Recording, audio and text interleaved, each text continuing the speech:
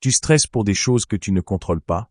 Tu passes peut-être tes journées à anticiper des problèmes, à ruminer des erreurs passées ou à te comparer aux autres sur les réseaux sociaux. Et tu n'es pas seul, notre monde hyperconnecté nous pousse à croire que tout dépend de nous, qu'on devrait tout gérer parfaitement, tout prévoir, tout réussir. Mais cette illusion nous épuise. C'est ici que le stoïcisme entre en jeu, et il a quelque chose de fondamental à nous apprendre. Cette philosophie ancienne, portée par des penseurs comme Marc Aurèle, Épictète et Sénèque, repose sur une idée centrale. Tu ne peux pas tout contrôler, mais tu peux contrôler ce qui compte vraiment. Épictète appelle cela la dichotomie du contrôle. Elle divise la réalité en deux catégories. Ce qui dépend de toi, c'est-à-dire tes pensées, tes actions, tes choix, ton caractère, et ce qui ne dépend pas de toi, comme les événements extérieurs, les réactions des autres, la météo, la maladie ou la mort. Le stoïcien ne nie pas la douleur ou les échecs. Il ne fuit pas les émotions. Mais il apprend à ne pas en être esclave. Imagine que tu perdes ton emploi, que tu tombes malade ou que quelqu'un te critique violemment. Ton instinct peut te pousser à paniquer, à réagir de manière impulsive, à te plaindre.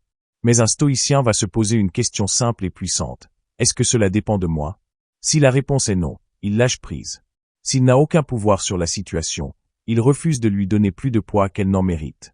Et si la réponse est oui, il agit, avec calme, courage et intention. C'est exactement ce que faisait Marc Aurèle, empereur de Rome, quand il notait chaque soir dans son journal intime ses réflexions pour rester centré malgré les guerres, les trahisons et les épidémies. Il écrivait « Tu as pouvoir sur ton esprit, pas sur les événements. Comprends cela, et tu trouveras la force. » Cette idée simple peut transformer ta vie.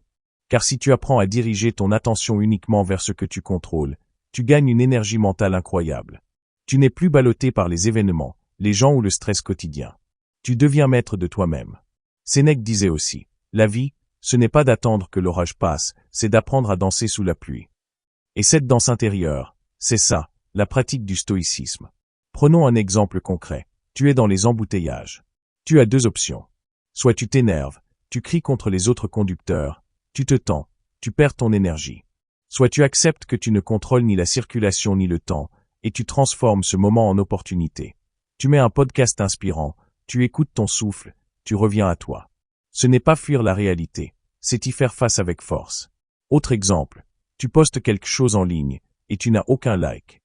Tu peux te sentir rejeté, ou tu peux te souvenir que tu ne contrôles pas la réaction des autres, seulement l'intention et la qualité de ton message. Chaque instant est une opportunité de pratiquer le détachement actif, lâcher ce qui ne dépend pas de toi, et renforcer ce qui t'appartient vraiment. Ton esprit, ton attitude, ta manière de vivre. Le stoïcisme n'est pas une philosophie morte. C'est une méthode de survie mentale pour le monde moderne.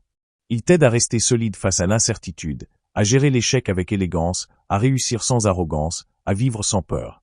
Et plus tu pratiques, plus tu ressens une paix profonde, car tu cesses de te battre contre le monde.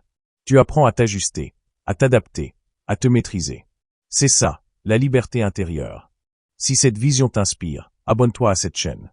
D'autres vidéos t'aideront à comprendre comment appliquer la sagesse antique à la vie moderne, à te libérer du stress inutile, et à construire une force mentale qui ne dépend de personne sauf de toi.